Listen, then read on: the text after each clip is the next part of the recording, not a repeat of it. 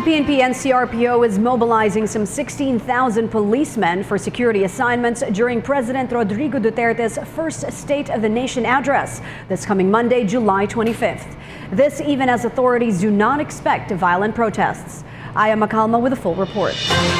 Strict security measures will be enforced to ensure peace and order during the first State of the Nation address of President Rodrigo Duterte this coming Monday, July 25th. According to acting PNP and CRPO Chief Oscar Albayalde, while no container vans will be used to block the northbound lane of Commonwealth Avenue, he also said they do not expect violent protests by militant groups as many of them support President Duterte. Yung mga container vans, medyo merong naka-ready but not on the road. Yung kitang-kita sa kitang-kita dun sa kalsada.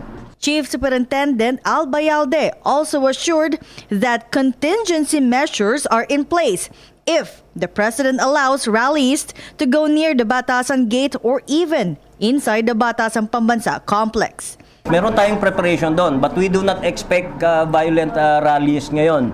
Yung in-expect nating mga rallies are actually supporters ng ating presidente.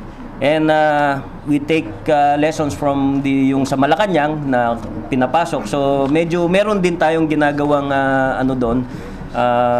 contingency na baka nga payagan ng ating presidente na palapitin doon sa Batasan Gate yung mga depende sa utos ng ating presidente. Albayalde said some 16,000 policemen will be on alert for zona security.